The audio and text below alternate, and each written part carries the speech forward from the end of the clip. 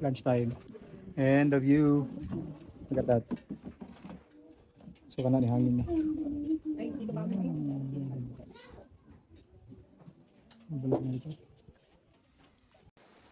Going somewhere. Look at that attire. Side trip. Going somewhere. Pangita o gasang pinagdan na rin sapa. Just done na no sa mga activity for today. Rice halo. Tambok ko yung ko na ba? I'm sorry. Matabi-tabi falls guys. Ang mga sabi. Actually originally wala siya part sa mga itinerary. Kaya but pwede naman siya i-visit if you have time. So wala ka sa Bibuhaton morning one. So, see you there. So na namiss to mo eh. Ito na ang view guys. So kita ka na sa view. Sila kay galalis kasi mo take video kasi mag picture. Bahala na sila. Ano this like kapilya gid dito man no. That is So ting harvest season na daw mong kalang ihan na lang color. dito po yung si ako ang kinuha ng helicopter. Voice over na lang. All right. So moto ni Arimi ni Agi mi dire. Then liko na pod. Keep ha. Oh guys.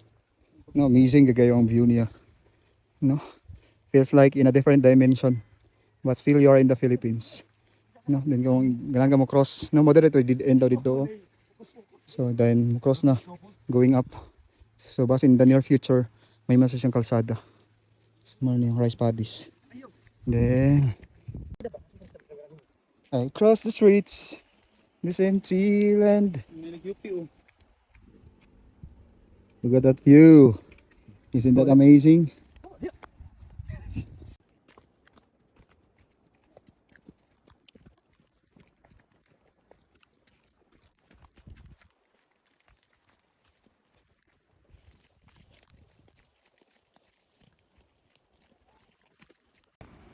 Marag dool-dool na siguro may kinakadungog kami no. Kasi na kayang tingog. Or malabang pa ba kami dito sa Pikas?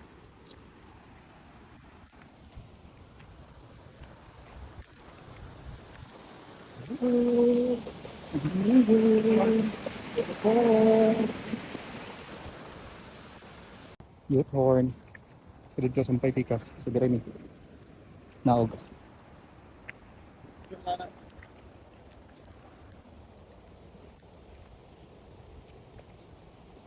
Sino sa boot? Kakoy?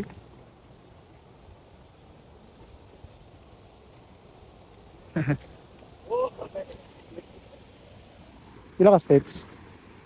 2,000. So we arrived. So at least kulang lang ka steps down. From Dagoy, pati ng Kapuya ay tulog. Struggle 9 hours travel from Clark to here.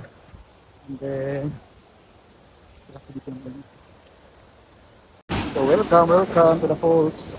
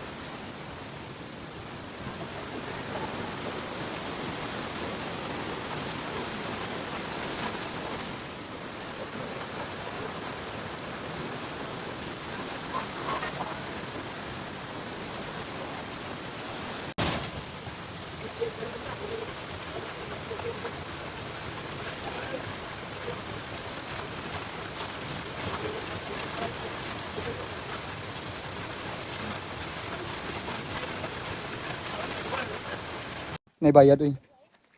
Yeah. When you fly a drone, there's a fee. It's been raining in Buscalan.